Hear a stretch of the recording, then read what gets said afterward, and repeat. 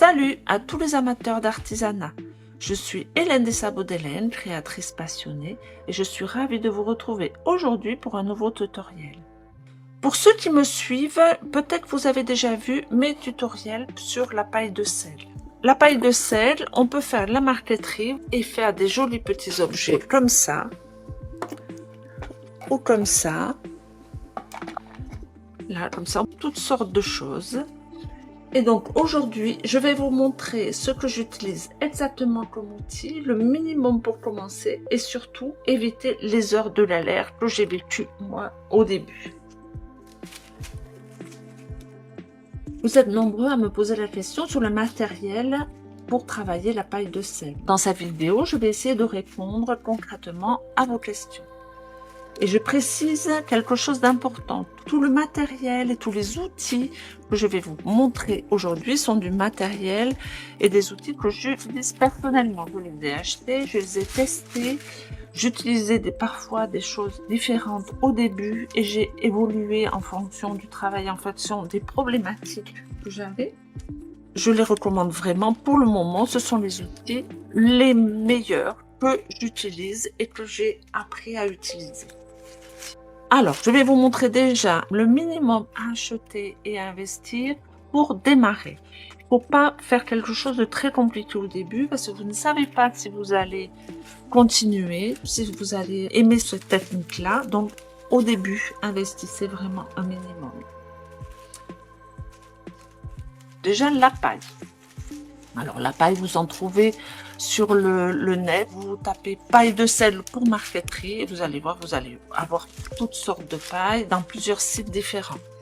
Au début, n'achetez pas beaucoup de couleurs. Alors, vous pouvez acheter des gros paquets comme ça de plusieurs couleurs. Si vous vraiment voulez investir le moins possible, il existe des paquets avec des couleurs mélangées, un mix de couleurs. Donc, ce qui fait que là, vous avez un seul paquet acheté, vous avez plein de couleurs. Vous n'avez pas le choix de couleurs, hein, c'est un mélange que vous recevez et qui est différent à chaque fois. Moi, c'est ce que j'ai fait. J'ai commencé par un paquet avec beaucoup de couleurs. Et une fois que j'ai vu que ça me plaisait vraiment comme technique, que j'aimais beaucoup ça, et bien dans ces cas-là, j'ai acheté plein de couleurs. Donc là, c'est la base. Vous pouvez acheter juste les couleurs primaires avec du noir, du clair. Et sinon, vous pouvez acheter un paquet avec plein de couleurs à l'intérieur. C'est quand même très très pratique et ça coûte très peu cher. Pour stocker la paille, on me dit souvent que les gens ont des problèmes avec la paille qui casse quand ils les ouvrent.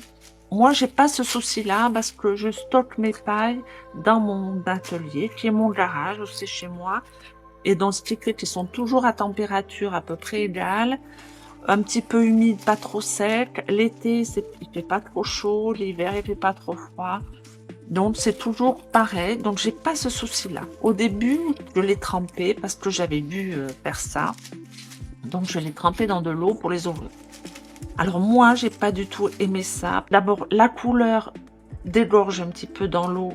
Donc, je me dis, c'est pas terrible. Ensuite, je trouve que la paille est très molle. On a du mal à la poser droite. Enfin, franchement, moi, j'ai pas aimé du tout. Mais si vous n'avez pas d'endroit où stocker votre paille un peu tempérée, dans ces cas-là, tentez de les tremper. Moi, je peux pas vous conseiller là-dessus parce que je l'ai très peu utilisé. Alors, si ça casse un tout petit peu au bout, c'est normal, hein. Ça arrive très très souvent, et même s'il se casse en 2 ou en 3. Après, en collant le bout de paille, vous repoussez les bouts les uns contre les autres et on voit rien du tout. Si c'est juste 2 ou 3 coupures, vous embêtez pas avec ça. Si vraiment ça se découpe dans tous les sens avec plein de petits bouts, c'est inutilisable après. Alors dans ces cas-là, essayez de les tremper. La colle. Au début, j'utilisais de la colle à bois et je trouvais que c'était vraiment très salissant. C'était pas assez liquide, elle pénétrait pas dans la paille. Ça faisait des gros paquets dessous, mes doigts étaient tout dégoûtants. Enfin bref, j'avais beaucoup de mal à utiliser. En fait, je me suis rendu compte que tout le monde utilisait de la colle vinylique. Et c'est vraiment super par rapport à la colle à bois. En plus, c'est beaucoup moins cher, donc ça va très bien. Ça salit beaucoup moins, ça ramollit bien la paille, surtout quand vous faites la marqueterie colombienne, c'est très important, c'est moins salissant. Un coup d'éponge humide après par-dessus et tout s'enlève et ça colle très bien, il n'y a pas de souci de décollage après. Donc ça, c'est très important. Pour la découpe, au début, j'utilisais des outils comme ça, ou des cutters. C'est très difficile, surtout quand on utilise du contreplaqué. Quand on appuie, ça creusait le contreplaqué, comme ça avait du mal à découper la paille. Il y avait deux rebords comme ça s'enfonçait au milieu entre deux découpes. Le fini n'était pas très esthétique, donc j'ai cherché pour utiliser, et j'ai vu que beaucoup utilisaient, et c'est vraiment très bien, le scalpel. Alors l'avantage du scalpel, c'est qu'on peut retirer les lames, on soulève un peu, on tire, voilà, très facilement. Donc il y a le manche qui s'achète d'un côté, et ensuite il y a les lames de rechange qui s'achètent de l'autre côté. Là c'est des paquets de 100 lames, vous voyez, donc il y a largement de quoi. Faire attention quand ça sont neufs parce que ça découpe vraiment très bien, surtout quand on change de lame. Peut-être utiliser une pince si vous voulez. Donc on a le manche, on enfile là la lame et toc, c'est coincé et là on peut appuyer comme on veut très fort, ça ne bouge plus du tout, vous voyez, ça ne bouge pas. Il faut changer les lames régulièrement. Donc moi je vous conseille d'utiliser ça plutôt que ces outils-là. Vraiment vous verrez la différence tout de suite, vous n'aurez pas besoin d'appuyer beaucoup. Et donc ça fait des découpes toutes fines et après il n'y a pas de creux et c'est beaucoup plus esthétique. Très important aussi le plioir. Alors pourquoi le plioir? Il y en a qui coupent la paille pour l'ouvrir, qui la coupent comme ça avec un cutter. Moi je trouve qu'on a tendance à faire des zigzags. Après on est obligé de reprendre avec la règle, donc c'est pas terrible. Là si vous faites avec le plioir, vous suivez la fibre de la paille. C'est pas vous qui l'ouvrez, c'est la paille qui s'ouvre toute seule. Donc c'est le long d'une fibre de paille. Et donc ce qui fait qu'après, la découpe est forcément toute droite. Alors même si des fois, quand vous avez besoin, vous devez reprendre, mais là, c'est très droit, puisque ça suit la fibre de la paille. Et ensuite, vous en avez besoin aussi. Comme ça, vous pouvez étaler la paille dans un sens et dans l'autre très facilement. Voilà. Alors, évidemment, pour découper, il y a le carton découpe. Ça, c'est très important pour ne pas salir la table ou le bureau où vous travaillez. Et comme ça, comme vous allez appuyer avec le scalpel, vous allez découper avec le scalpel, vous allez mettre la colle un peu partout. Donc ça, c'est primordial. Vous n'êtes pas obligé d'en prendre un aussi grand que ça. Si vous avez des manques de place, de rangement, vous pouvez en prendre un beaucoup plus petit. Mais voilà, ça c'est obligatoire. C'est pratique aussi quand il y a les mesures là pour pouvoir bien faire attention quand vous devez découper des petites bandes. C'est pas mal du tout.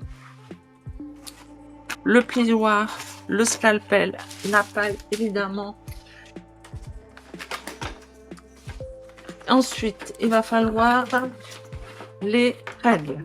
Donc des règles métalliques. Règles métalliques plates pour avoir le moins d'espace là, que ça soit pas très épais, et métallique. Pourquoi? Parce qu'évidemment, quand vous avez un scalpel qui coupe, c'est très bien. Si vous prenez des règles en plastique, ça va à force user et ça ne fera pas de découpe très droite. Donc métallique, ça c'est obligatoire. Plate, il vaut mieux. Là derrière, moi j'ai collé, déjà celui-là j'ai collé du papier de verre derrière avec un scotch double face très fin. Alors ça tient très bien. Moi ça fait très longtemps que je l'ai fait, vous voyez, ça ne bouge pas. C'est un peu sale, il va falloir que je le change. Ensuite j'ai un de mes abonnés pour quelque chose encore moins cher qui me dit que lui il utilise un sparadrap tissé imperméable et comme ça on le met et ça ne bouge pas. Alors c'est vrai, j'ai essayé, c'est vraiment très bien. J'ai pas utilisé le bon, vous voyez, j'ai pas trouvé le bon parce que là il est crampé au bord, donc ça va pas jusqu'au bord. Enfin, il n'y a pas la dimension de la de l'arête. J'ai pas eu le temps de chercher autre chose, mais franchement c'est pratique. On peut le changer très facilement. Donc là je vais galérer un peu plus pour le changer. Franchement c'est pas mal du tout. Et là il y en a vraiment besoin pour que quand on découpe une paille comme ça en longueur, ou quand on veut faire des petits bouts très très fins, et bien là si vous n'avez pas d'antidérapant derrière, vous voyez, ça s'enfonce et vous faites pas quelque chose de très droit. Donc ça c'est très utile aussi. Ensuite il faut des ciseaux. Parce que quand vous découpez, quand les pailles un peu trop grandes, vous les découpez, il y a besoin de ciseaux aussi. Les supports, n'achetez pas quelque chose de très compliqué ou de très gros au début. Achetez des petits contreplaqués comme ça pour vous entraîner. Vous pouvez les peindre si vous voulez mettre quelques bouts de paille mais sans remplir entièrement votre support. Ou si vous remplissez entièrement de paille, vous ne les peignez pas. Il y en a toutes les tailles. Je vous ai mis en lien Amazon un petit paquet que moi j'utilise énormément. J'ai commencé avec ce paquet là et je les ai toujours. Il m'en reste encore. Donc franchement ça c'est important. Pour démarrer, c'est à peu près tout. Vous voyez, il n'y a pas grand chose. C'est pas un gros investissement. L'avantage de la marqueterie de paille, c'est que vous achetez une boîte en plastique pour tout ranger. Si vous avez un petit tapis de découpe en plus, vous pouvez tout ranger très facilement si vous n'avez pas de place. Une table de cuisine, un bureau, n'importe quoi, vous pouvez vous installer. Ça ne salit pas beaucoup. On met un petit peu de bout de paille un peu partout, mais ça ne salit pas. Si vous avez des tapis de découpe, le soir, vous rangez tout. Et c'est très facile.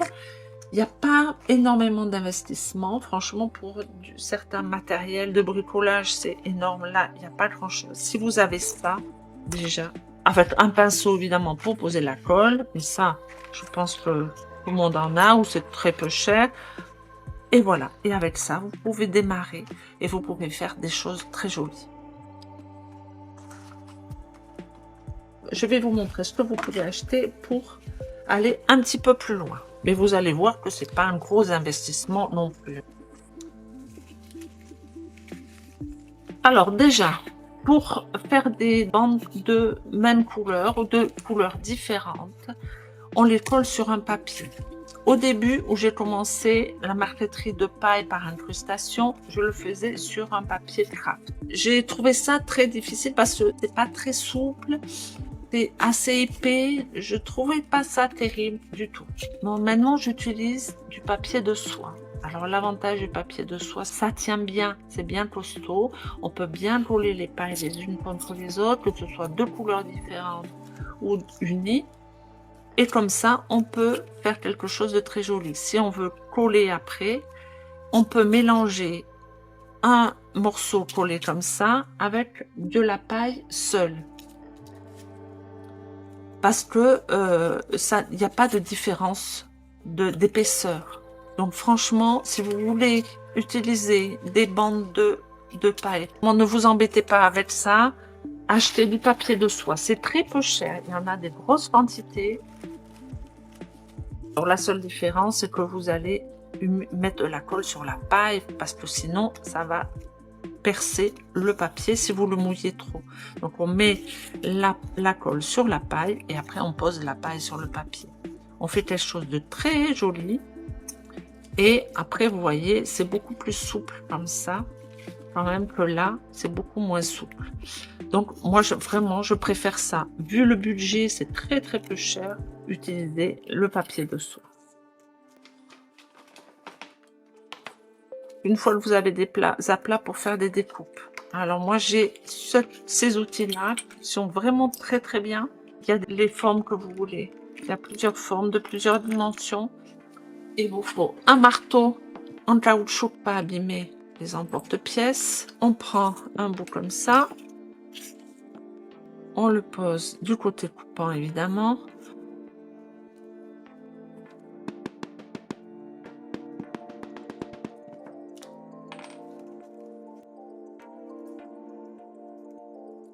Voilà, donc ça c'est vraiment très pratique, mais ça c'est pareil, c'est seulement quand vous voudrez progresser un petit peu dans cette technique. Ensuite, ça, c'est important aussi, quand vous voulez aller un petit peu plus loin, c'est les découpes paille en plusieurs morceaux. Donc, vous en avez en 3 morceaux, en 2, en 6, il y en a de plus grand nombre. Comment on utilise? Vous prenez une paille. Là, il y a une pointe. Donc, on le met bien au milieu de la pointe. On le pousse et on continue bien droit. Une fois que c'est bien parti, on prend les bouts de paille et on... Et comme ça, ça découpe la paille en 3 morceaux. Et ensuite, il n'y a plus qu'à prendre le plioir.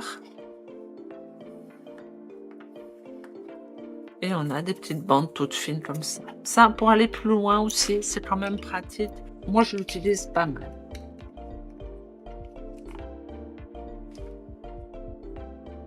Voilà. Moi, pour le moment, c'est tout ce que j'utilise. Il n'y a pas besoin de plus. Vous voyez, même quand on va aller plus loin, c'est quand même pas des choses onéreuses. C'est vraiment des conseils que j'aurais aimé avoir au début parce que j'aurais moins galéré, notamment au niveau du scalpel, des règles et du papier de soie, qui m'aurait fait avancer et progresser beaucoup plus rapidement. Si vous avez encore des galères ou des questionnements, si j'ai pas tout dit, n'hésitez pas à me dire en commentaire ce que vous en pensez, ce qui vous manque ou comment arranger les choses. Et si je peux vous aider, je vous ferai une vidéo aussi pour répondre à d'autres questions.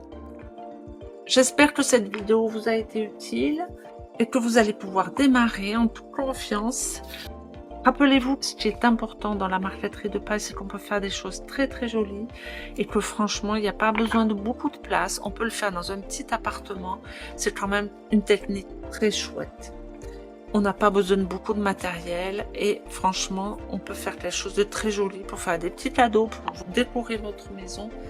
Moi, c'est une technique et du matériel que j'adore utiliser, que vraiment on peut faire énormément de choses et on progresse très très vite. Donc, n'hésitez pas à vous mettre à la marqueterie de paille. Merci d'avoir suivi cette vidéo. N'hésitez pas à commenter et à liker. C'est très important pour ma chaîne, pour le référencement de ma chaîne. Bonne création et à très bientôt. Au revoir.